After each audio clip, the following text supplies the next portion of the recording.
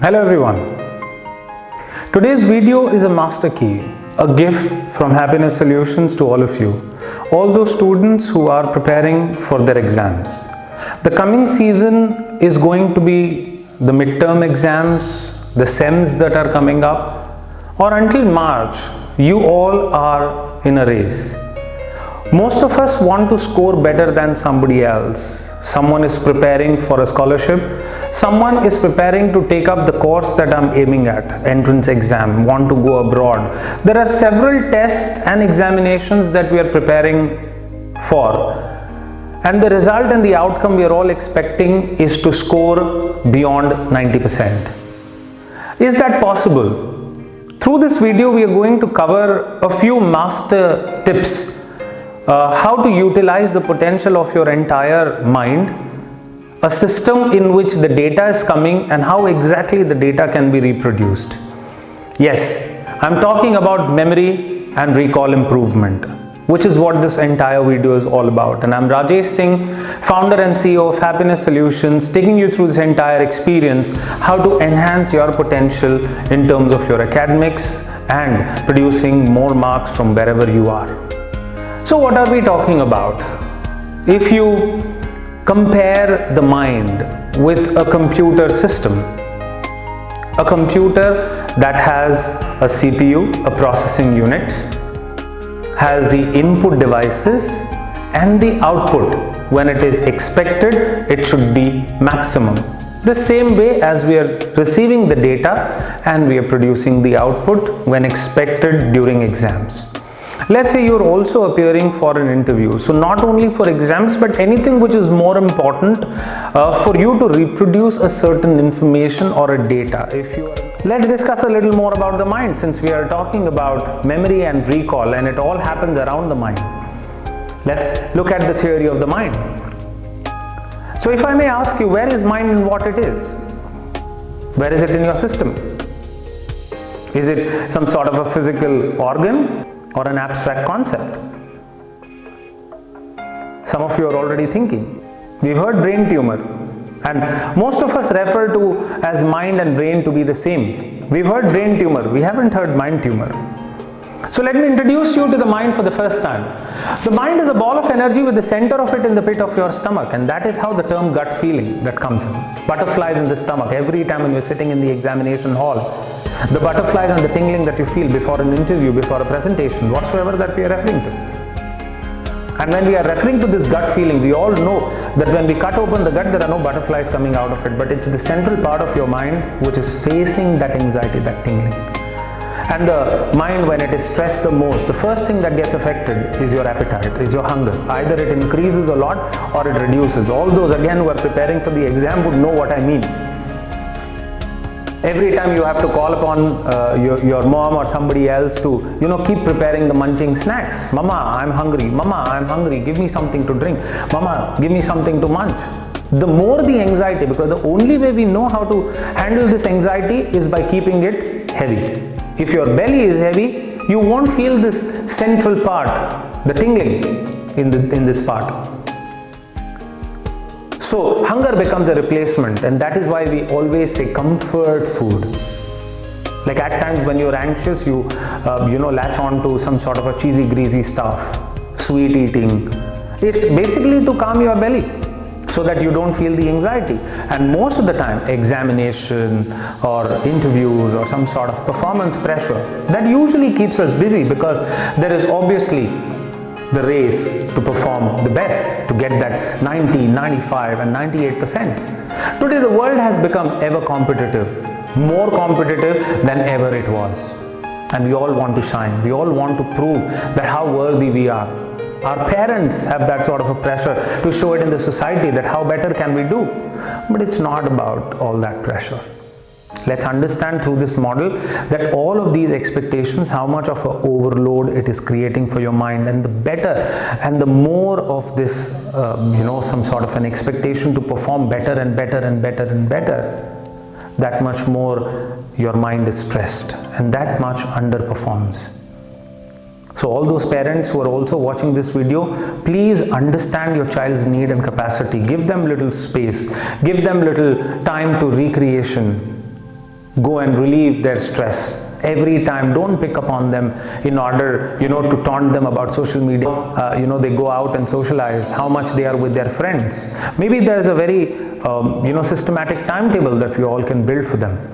Be supportive rather than competitive. Be nurturing rather than being critical. And that might definitely help your child. I think we all need to understand this. And after watching this model, I'm sure you will also know that how to support and facilitate the process of keeping your mind or keeping your child's mind absolutely stress-free, so that the child can actually perform to his or her optimum. So let's go on with the model of the mind. So this ball of energy primarily is divided into two parts. 10 to 12% is the conscious mind. What is the function of the conscious mind? Let's talk a little bit about that. The function of the conscious mind is to think, logic, analyze, make decisions, and most importantly, pass judgments. I like this, I don't like this. The choices that you make, something that I want to experience to every choice that you're making, because it will subsequently have a consequence to it. So your mind, which is the conscious mind, which is taking that decision. But until today, you thought that your entire mind was doing all of that, but I'm saying it's only the 10 to 12%. It's just the tip of the iceberg. Then what is this other 88 to 90% part doing? Some of you are already guessing it. The subconscious mind. Subconscious mind is basically like your hard disk. All the judgment that you're passing is up there in the conscious mind. There is no judgment in your subconscious mind. And besides being 9 times bigger, it is 6,000 times more powerful. Yes, it's not a joke. 6,000 times more powerful. So everything that you keep in this particular compartment, because we are still talking about mind to be compared with the computer, whatever that you're keeping in this hard disk gets 6,000 times magnified to its potential. Most of us have also heard about the power of the subconscious mind. There are books that are written by Joseph Murphy, Power of the Subconscious Mind, or Awaken the Giant Within by Tony Robbins. Badi Soch Ka Bada Jadoo, The Magic of Thinking Big. All these several books that have been written primarily are referring to this 6,000 times more powerful entity, which has all the potential that is hidden, which is untapped. So today through this video, we would like to introduce you to that untapped potential, and whatever that you're keeping, how to be choosy and how to have a wonderful 100% recall of whatever that you're keeping it, so that you can recall it at will whenever you want to reproduce any information or data. Simply. Like every hard disk, which also in the subconscious mind, when I'm calling this as a hard disk, this hard disk is further divided into two compartments. Like your laptop has a C drive and a D drive. A C drive where all your basic operating system and your system files are kept, which you can't fidget around with. And the D drive is where, from the time when you bought the laptop until you're using it, all that data is kept folder wise, or the way you would like to share it or store it. So similarly, even the subconscious mind has two compartments. There's your C drive, which is the primitive mind, and the D drive, which is your modern memory. The primitive mind, as the word suggests primitive, it's age-old memories. Everything that we've inherited since the time we were animals, the apes, and then we became the human beings. All your survival instincts, your age-old patterns, how your subconscious mind will govern all your systems and everything. The fight and the flight is also the function of the same primitive mind. When there is a situation or a crisis that I can handle or tame, I will choose to fight. Every time when we lived in the wild before, through our ancestral data that I'm referring to, if the challenge was maybe a little animal and I could tame it with my tools and everything, I went and chose the fight response. And maybe the moment there was this crisis or the predator who was more powerful than me, I chose to flight. But we all knew that if a saber-tooth or some sort of a lion or a tiger or a bear who's more powerful than me, even if I choose to flight away, they will get 1, 2 or 3 leaps, and there I will be the meal of that animal. So maybe in certain situations where neither the fight works nor the flight works, the third response that came about was play dead. Now playing dead is the modern day equivalent, if you consider, depression.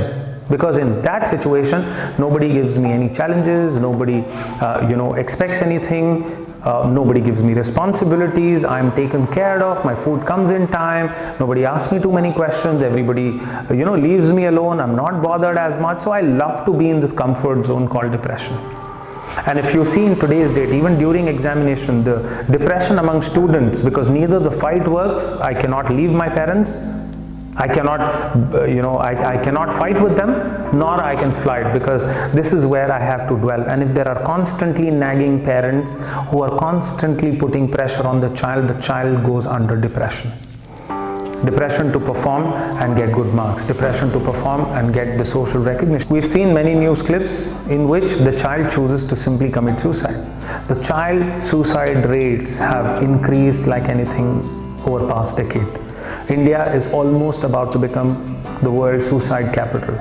In fact, some of the data suggest, as you also must have read it or heard it, some place where every 3 minutes there is a suicide that is happening. And 40% of those are children, and it's not a joke. Please, let's be aware for the parents. And when that doesn't happen, let's go further. So understanding the fight-flight response, and besides the fight-flight response, there are two basic fears that we are born with. The fear of falling and fear of loud noises. At birth itself, if you see a 2-day-old baby also, and if you try pushing the baby to the edge of the seat, the baby will cry or will try to hold on to something. The grip is so hard, which means that these two are the soul level fears. I will keep it aside at this stage. Maybe we'll talk about it in some of our further videos. Coming back to the recall and the memory. So whatever that you're keeping in the modern memory, right from the time when you were born till date, everything is there in your hard disk. From the time of your conception, right from the time when you were that little tiny cell in your mother's womb, until date, everything that you've studied, learnt and gathered from the environment. So looking at another aspect, if conscious mind is your processor, if the hard disk is divided into the C drive and the D drive, what are your input devices? Your 5 senses are your input devices. Like the way a computer has an input device like a keyboard or a mouse or the camera. These are the input devices. Our 5 senses, our eyes, nose, gustatory organs, your skin especially, and the olfactory, which is your nose. These are your 5 senses through which even right now you are taking in all this message unit. We call this message unit the information, the data, which is constantly coming to the processor, the conscious mind. And as this information is coming, it is coming through these 5 senses from the environment, body, conscious mind, and the subconscious mind, which is also doing simultaneous processing. How capable your conscious mind, because every processor comes in with a capacity, your conscious mind also has a certain capacity, a certain payload that it can take the burden up to. If you keep pressing enter to the conscious mind, like a processor, what happens to the hard disk? It gets hanged. Similarly, if you keep bothering your conscious mind and keep overloading with the data, it simply loses its rationality, a clarity to make a decision or even to recall, because that processor is not able to fetch the data from the modern memory. And the moment you're sitting to write your examination in the paper, the first question that you don't know the answer to, what happens to you? Have you ever experienced this?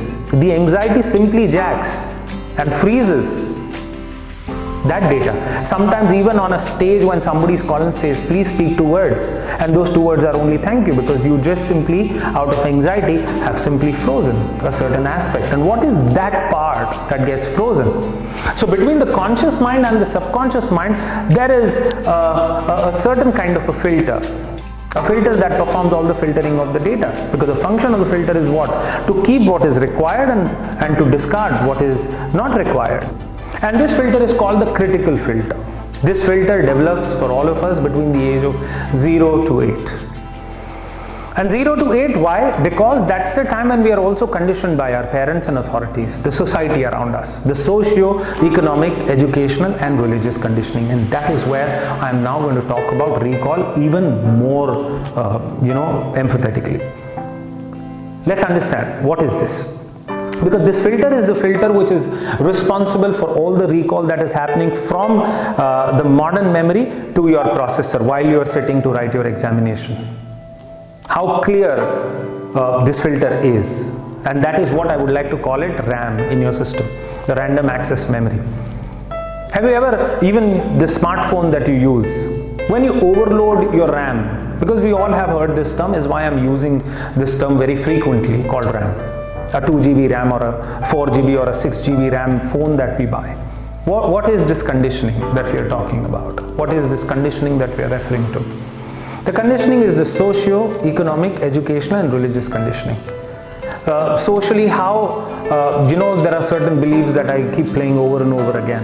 How I was told that how you cannot raise your voice to the elders, you cannot talk to your teachers like that. In society you have certain rules and regulations that you have to follow.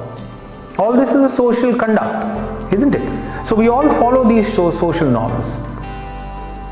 Like how we were instinctual animals and how we are today. We are completely bound by the rules and regulations. Even in an organization where you work, or maybe when you go into a college or an institution, it has its own social structure. So all those social beliefs come there.